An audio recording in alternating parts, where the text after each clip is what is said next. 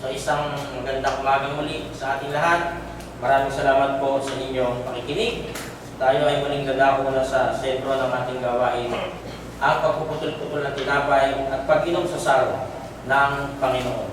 Panatilihin natin ang ating pagkakaisa. Must Jesus bear the cross. Must Jesus bear. Ready? Sing. Must Jesus bear the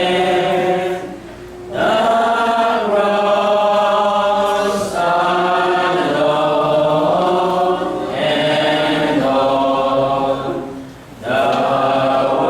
the world go free. No, there's a cross for everyone, and there's a cross for me.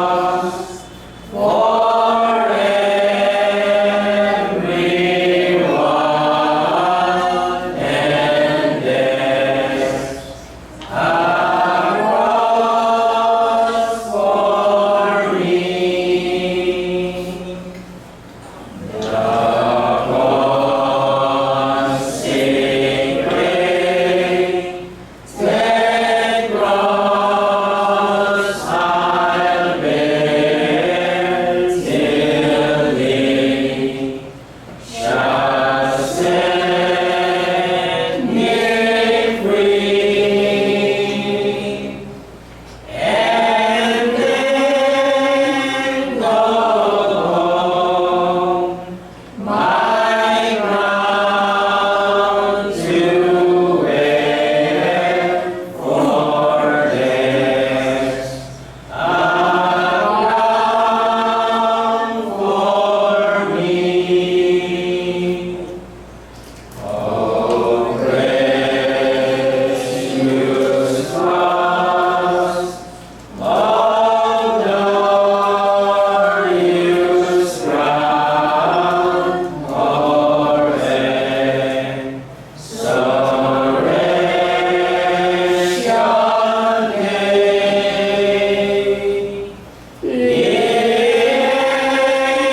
Angels from the stars come down and bear my soul away.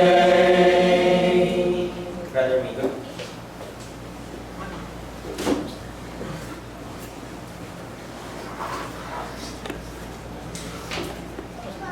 Sa pagpalang umaga po sa ating lahat, tayo papatuloy sa ating gawain sa pagtutulong ng tinapay at pagtulong sa araw. Ako'y babasa na ng talata sa 1 Corinthians chapter 11, verses 23 to 29. Ito po ang sinasabi. Sapagkat tinanggap ko sa Panginoon ang ibinibigay ko naman sa inyo, na ang Panginoong Jesus sa gating siya'y pagkadulo ay dumampot ng tinapay. At nang siya'y makapagpasalamat, ay pinagputol-putol at sinabi, ito ay aking katawan na pinagputol-putol dahil sa inyo. Gawin niyo ito sa pag-aalala sa akin. At yun din naman hinawakan sa araw pagkatapos sa makahapon na sinasabi, ang sarong ito ay siyang bagong tipan sa aking dugo. Gawin niyo ito sa tuwing kayo magsinom sa pag-aalala sa akin. Sapagkat tuwing kain ninyo tinapay na ito at inuman ninyo sa araw, ay inihayag ninyo ang pagkamatay ng Panginoon hanggang sa dumating siya. Kaya sino namang kumain ng tinapay o binudusan ng Panginoon na di narapat, ay magkakasala sa katawan at dugo ng Panginoon. Tatapwat siya sa atin ang tawa kanyang sarili, at saka kumain ng tinapay at tuminom sa araw. Sapagkat ang kumakain at tuminom, ay kumakain at tuminom ng hatol sa kanyang sarili, kung hindi niya kinikilala ang katawan ng Panginoon.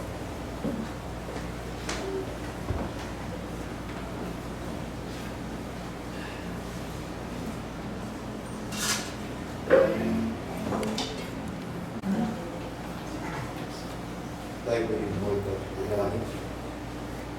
Diyos sa mga makapangyarihan sa lahat, mga naging po ito sa puso ng papasalamat, hindi ay pinagkaroon po sa amin ng magkakataon nito na nalangin namin kami nakilala ang anak ng si Cristo Jesus.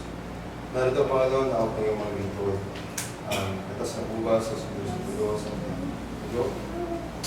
At ang tinapin na lang itulula, sumisundo naman sa mga katawan. Dalangin namin Panginoon na bastasan niyo mga bagay na ito at ang bawat isang Panginoon ng tanggap. Naway pagkalit ito sa amin ang kapatawaran sa mga pagkakasala, hindi na iniling kabuti kami sa mga mga.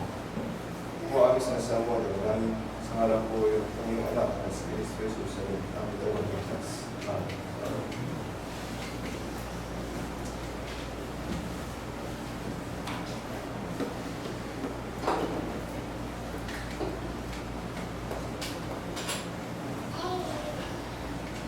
So, ready? Sing. When upon thy billows you are tempestuous, when you are discouraged, thinking all is lost, count your many blessings, name them one by one, and it will surprise you what the Lord hath done. Count your blessings, name them one by one. Count your blessings, see what God hath done. Count your blessings, name them one by one. Count your many blessings, see what God hath done. So amid the conflict, whether great or small, do not be discouraged that it's over all. Count your many blessings, angels will attend. Heaven comfort give you to your journey's end. Count your blessings, name them one by one. Count your blessings, see what God hath done. Count your blessings, name them one by one. Count your many blessings, see what God hath done. Ready mo din bukod na dalangin. O Ama na mapangyarihan sa lahat, Panginoon, kami ko ilubos ang pasalamat sa lahat po ng biyaya at pagpapala na patuloy mo ibigay sa amin. Higit sa lahat, Panginoon, papasalamat po kami sa buwan kalakasan na kataglit po namin sa mga oras na ito. Dalangin namin, Panginoon, ang mga sarapin at nagtagang pagpapagan. Huwag magamit ito sa pagpapalagana ng Evangelyo, gayon din, Panginoon, sa pagpapaunlad ng mga samahan ito. Nadalangin namin, Panginoon, na makatulong din ito sa ilang kapatid namin na kailangan ng pagpalansya. Nihiling din namin, Panginoon, sa mga sunod na araw, na ito po ang gumabayad magikan sa amin, sa aming mga negosyo at trabaho. Ipagkaloob din po sa aming, Panginoon, ang mga pangangailangan sa aming mga physical na pangangailangan. Muli kami po ay makasalamat sa lahat at humihingi ng kapatawaran sa mga pagkakasala. At sa mga bagay po na hindi na masambit na aming mga labi, ay patuloy po namin kasalamat at hinihingi. Sa ngalan po na yung anak na si Cristo sa Diyos Ligtas. Amen. Amen.